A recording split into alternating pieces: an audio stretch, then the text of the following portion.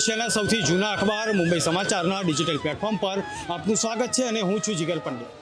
મિત્રો, નવરાત્રિ પર્વ અને નગર દેવી મા ભદ્રકાળીના દર્શને મુંબઈ સમાચારની ટીમ પહોંચી છે। નગર દેવી મા ભદ્રકાળીનો શું છે ઇતિહાસ, અને આજે ઇતિહાસ સાથે અહીંનું જે બજાર જે છે તેની પણ વાતો કરીશું। જોતા રહેજો મુંબઈ સમાચાર। અમદાવાદના ભદ્રના કિલ્લામાં લાલ દરવાજા ચોકમાં મા ભદ્રકાળી બિરાજે છે। અમદાવાદમાં ભદ્રકાળીમાં નગર દેવી ગણાય છે।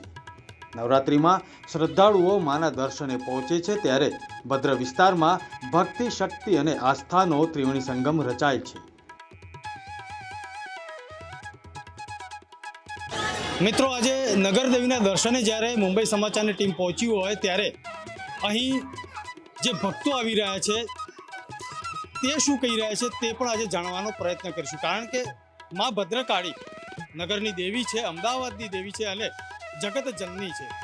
મારી સાથે દરરોજ માતાજીના દર્શને આવતા ભક્ત છે અને તેમની સાથે આપણે વાત કરવાનો પ્રયત્ન કરીશું। જી, આપનું નામ શું છે? મારું નામ ધીરુભાઈ જે શાહ। હું અમદાવાદમાં નવરંગપુરા સરદાર પટેલ કોલોનીમાં રહું છું અને છેલ્લા 45 વર્ષથી હું અહીંયા આવું છું। અને દરેક વખતે અહીંયા એના 3 પેલા ભક્તોના એમના વારા પ્રમાણે 3 જણ વારાફરતી વર્ષમાં આવી જાય છે। એક રવિભાઈ કરીને છે, એ પોતે એમના માસીના ખોળે આવેલા છે અને એ દર વર્ષે એમના વર્ષમાં એ લોકોનો એ રીતે વારો હોય છે। વર્ષમાં આખા વર્ષમાં એમને 7 દિવસ, 21 દિવસ અને 3 મહિના, એમાં જેનો વારો હોય એનો એક વખતે હવન બી થાય અને ભંડારો થાય છે પાછળના ભાગમાં। અહીંયા માતાજીના આઠમના હવન બી થવાના। બીજું, અહીંયા જે ભક્તો આવે છે એમના ભક્તો તરફથી અહીંયા સવારના દર રવિવારે બધાને ભોજન આપે છે। જે બી આવે એમાં કોઈ ગરીબ તવંગર કોઈ બી હોય એમાં કોઈને બી ભેદભાવ વગર ત્યાં અહીંયા આપવામાં આવે છે અને લોકો બહુ પ્રેમપૂર્વક આવે છે। અને બીજું, તમે મનથી માનેલું જે કંઈક હોય તો આ માં એનું પૂરું કરે છે, જ્યારે એને મારો પોતાનો અનુભવ છે। બીજો એક સવાલ છે કે અહેમદ શાહ બાદશાહ અને આ આપણી પાછળ જે છે તે ભદ્રનો કિલ્લો છે અને મા ભદ્રકાળી, કેવો એનો ઇતિહાસ શું છે? થોડા સંક્ષિપ્તમાં આપણે કહી શકીએ દર્શક મિત્રોને। આમાં શું હતું કે પહેલાં અહેમદ શાહ બાદશાહે આખું શહેર જ્યારે વસાયું ત્યારે શહેરનો આખો ટોટલી કિલ્લામાં કવર કરેલું હતું। આ બધું અત્યારે આપણે જે ઊભા છીએ બહારની સાઈડ પર ગણાય શહેરની, અત્યારે અંદરની સાઈડ પર બધા હતા। અને જે એમની માન્યતા પ્રમાણે જે દરગાહ હતી એ દરગાહ ભદ્રના કિલ્લાની અંદરના ભાગમાં છે। અત્યારે દરેક હિન્દુ મુસ્લિમ દરેક બધા ત્યાં જાય છે અને એમની જે બી માનતા હોય એ માનતા પૂરી કરવા જાય છે। એ સિવાય અહીં દરરોજ જે દર્શનાર્થીઓ આવે છે તેમના વિશે કઈ રીતે અહીંયાથી મંદિર તરફથી વિશેષ સુવિધાઓ ઉપલબ્ધ કરવામાં આવતી હોય છે? આમાં તો શું છે કે સવારના અને સાંજના 2 ટાઈમ આરતી થાય।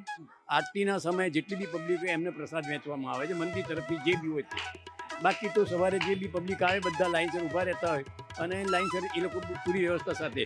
અચ્છા, અહીંયા બહેનોની એટલે પોલીસની વ્યવસ્થા પૂરેપૂરી રાખેલી હોય છે લોકો, અને પ્રસંગોપાત આ રીતે રેલિંગ કરી છેક સુધી લાઈન કરાવડાવી અને બધાને લેડીઝ જેન્ટને અલગ અલગ જવા દેતા હોય। નવરાત્રિમાં કેવા પ્રકારનું આયોજન થતું હોય છે?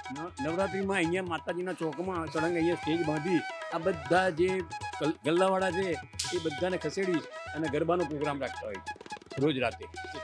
આપ મુંબઈ સમાચાર સાથે જોડાયા તે બદલ આપનો ખૂબ ખૂબ આભાર। ઈસવીસન 1411માં જ્યારે અહમદ શાહે કર્ણાવતી નગરીની સ્થાપના કરી ત્યારે ભદ્રનો કિલ્લો બનાવ્યો। અહીં ભદ્રકાળીનું જૂનું મંદિર હતું। તે પાટણના રાજા અને ગુજરાતની સ્થાપના કરનાર કર્ણદેવે આશાવંતના ભીલ રાજાને હરાવીને કર્ણાવતી નગરીની સ્થાપના કરી હતી। ઈસવીસન 1411માં અહમદ શાહના પછીના બાદશાહો પણ ભદ્રકાળી મામાં આસ્થા રાખતા હતા। મુગલ સુબા આઝમ ખાન તરફથી મા ભદ્રકાળીને ચૂંદડી અર્પણ થતી હતી। મિત્રો, મારી સાથે પ્રવીણભાઈ શુક્લા છે અને દર મંગળવારે અને રવિવારે માતાના ધામમાં પહોંચે છે અને દર્શન કરે છે। કેવો અનુભવ છે અને મા ભદ્રકાળી વિશે જે રોચક વાતો છે અને તેના તથ્યો પણ છે તેના વિશે આપણે જાણવાનો પ્રયત્ન કરીશું। પ્રવીણભાઈ, તમે અહીંયા આપના કહેવા પ્રમાણે મંગળવારે અને રવિવારે આવો છો, કેવો અનુભવ રહ્યો છે? અહીંયા અમારે વર્ષોથી અમે અમદાવાદમાં રહીએ છીએ। આ અમારા સમગ્ર અમદાવાદની નગર દેવી છે। અને એ નગરદેવીની આ કૃપાથી જે માણસ બહારથી અહીં રહેવા આવે છે એ આ માની કૃપાથી સુખી સંપન્ન બની અને સતત 24 કલાક માના આશીર્વાદથી લોકો અહીંયા સુખી રહે છે. જાત અનુભવ છે ભદ્રકાળીની 24 કલાક આપણી ઉપર દયા રહે છે. અને એટલા માટે જે અમારી દિવાળી પર ખરીદી થશે પછી વારંવાર જે ઢાલગરવાડ છે ત્રણ છે ખરીદી તો પહેલાં ગમે તે ભક્ત છે ને મહાકાળી ભદ્રકાળીના દર્શન કરવા આવશે માની કૃપાથી પછી અંદર ખરીદવા જશે. આટલી આસ્થા છે જીવનમાં. ગુજરાતભરના લોકો ભદ્રની આજુબાજુ પાથરના બજારમાં ખરીદી કરવા આવે તો અચૂક ભદ્રકાળી માના દર્શને પહોંચે છે. નવરાત્રિમાં તો માનવ મહેરામણ ઉભરાય છે. મા ભદ્રકાળી પાંડવોની કુળદેવી પણ ગણાય છે. ઘણા માઈ ભક્તો અહીં પગપાળા ખુલ્લા પગે માના દર્શને પહોંચે છે. મારું નામ ઉર્વેશ દેસાઈ.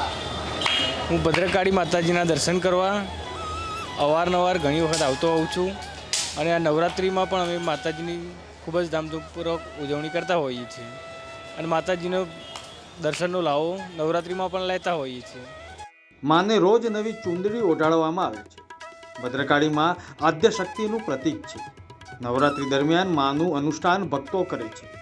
તંત્ર ચૂડામણી ગ્રંથમાં શક્તિપીઠોનું વર્ણન છે. તેમાં ભદ્રકાળીનું વર્ણન છે. ચોરસ બાંધકામને ભદ્ર કહેવામાં આવે છે. કાલી સાથે ભદ્ર શબ્દ લાગતા જ ભદ્રકાળી કહેવાયા. નગરદેવી માના આશીર્વાદથી અમદાવાદની જાહોજહાલી વધતી રહી છે. મિત્રો, નગરદેવીના દર્શને જ્યારે સરહદ પાર એટલે કે રાજ્ય બહારથી પણ ભક્તો આવે ત્યારે માતાજીનો એક મહિમા જે છે તે વધી જતો હોય છે. મારી સાથે જે દર્શનાર્થી બહેન છે તે મુંબઈથી આવેલા છે. તેમનો કેવો અનુભવ રહ્યો માતાજીના દર્શન કર્યા પછી તે વિશે વાત કરીશું. જે આપનું નામ શું છે અને કેવો અનુભવ રહ્યો? જી મારું નામ છે જશોદા રાજેશ જોશી અને હું મુંબઈથી આવી છું. હું પોતે જ અહીંયા અમદાવાદમાં જન્મી છું એન્ડ ભદ્રકાળી માના માટે મને ખૂબ જ શ્રદ્ધા છે. હું જ્યારે મુંબઈથી અમદાવાદ આવું તો ભદ્રકાળી માના દર્શન જરૂરથી કરું અને એમનો પરચો મેં જોયો છે. સાક્ષાત મહાકાલી છે. તમે જે ઈચ્છા કરશો એ તમારી પૂરી થાય છે. મારી એને ઘણી બધી ઈચ્છા પૂરી કરી છે એટલે હું હર વર્ષે મારા હસબન્ડ સાથે અહીંયા દર્શન કરવા આવું છું અને અહીંયા આવીને મને એટલી શાંતિ લાગે છે કે આઈ કાન્ટ એક્સપ્લેન. અને હવે નોરતા પણ આવે છે તો નોરતામાં તો સાક્ષાત માતાજી અહીંયા ઘૂમે છે. જો મારા રૂવાટા પણ ઊભા થઈ ગયા ને રિયલમાં ઊભા થયા. અહીંયા માતાજીનું આગમન થાય છે અને ઘૂમે પણ છે. એ અદૃશ્ય શક્તિ છે. કોઈને જે પુણ્ય આત્મા હોય છે એને દેખાય છે અને જેને અનુભવ પણ થાય છે કે હા માતાજી સાક્ષાત તમારી સામે ઊભા છે જ્યારે તમે દર્શન કરો છો ત્યારે. અને મને અદ્ભુત નજારો હોય છે. આઈ વિશ કે હું નવરાત્રિમાં પણ અહીંયા દર્શન કરી શકતી પણ મુંબઈથી અમારે ટાઈમ શોર્ટેજ હોય એટલે અમે આવી નથી શકતા. અને આઈ લવ અમદાવાદના ગરબા એટલે જસ્ટ આઈ વિશ કે માતાજી સર્વ ભક્તોની ઈચ્છા પૂરી કરે અને પ્લીઝ ડુ કમ. જે પણ હું તો કહું બહારગામથી ઓલ ઓવર સ્ટેટ્સથી અહીંયા આવીને માતાજીના દર્શન કરવા જ જોઈએ. જય મા ભદ્રકાળી. બીજી એક વાત કે આપ મુંબઈથી આવ્યા છો. કહેવાય છે કે ગુજરાતી જ્યાં જાય ત્યાં ગરબો લઈ જાય. મુંબઈનો ગરબો કેવો હોય છે? અરે મુંબઈનો ગરબો એટલે અલગ ટાઈપનો હોય. એ જરા થોડોક ફેન્સી હોય છે. જેમ કે અમારા ફાલ્ગુની બેન છે પણ એ પૂરા ધાર્મિક રીતે એના ગરબા થાય છે. લોકો બધા બહુ જાય છે. એમાં ઘણા બધા પ્રીતિ પિંકી બેન છે એ પણ બહુ ફેમસ છે. પણ અહીંયાના ગુજરાતમાં તો વાકેમાં માતાજી સાક્ષાત છે. હા, એવું કહેવાય છે બેન કે ભલે અત્યારે પાર્ટી પ્લોટ સુધી ગરબા પહોંચ્યા હોય અને યુનેસ્કોએ હેરિટેજ સુધી આપણો ગરબો પહોંચે છે કારણ કે વિશ્વનું સૌથી મોટું નૃત્ય છે અને યુનેસ્કોએ તેમાં સ્થળ આપેલું છે. સવાલ એ થાય છે કે પહેલાં શેરી ગરબા થતા હતા, અત્યારે સમય બદલાયેલો છે, પરંતુ નવી પેઢીને શેરી ગરબા બતાવવા જોઈએ. Yes definitely. નવી પેઢીએ શેરી ગરબામાં જે આનંદ મળે છે એ ત્યાં તમે પૈસા આપીને અને મ્યુઝિકના અને ફેન્સી ટાઈપના ગરબામાં આનંદ નથી મળતો. જે આ અહીંયા દેશી ગરબા થાય છે એ જ સાક્ષાત છે. અંબાજીમાં પણ તમે જાશો ત્યાં પણ દેશી ગરબા છે. એ ગરબાનો પણ આનંદ કંઈ ઓર જ છે. દર્શક મિત્રો, એક વાત તો ચોક્કસ છે કે ભલે દુનિયા ડિજિટલ સુધી પહોંચે કે ચાંદ સુધી પહોંચે, પરંતુ આપણી જે સંસ્કૃતિ છે તે આપણે સાચવવાની છે અને આપણા પ્રાચીન ગરબા એટલે કે શેરી ગરબાનો પણ અનુભવ લેવાનો છે. જોતા રહેજો મુંબઈ સમાચાર. નમસ્કાર.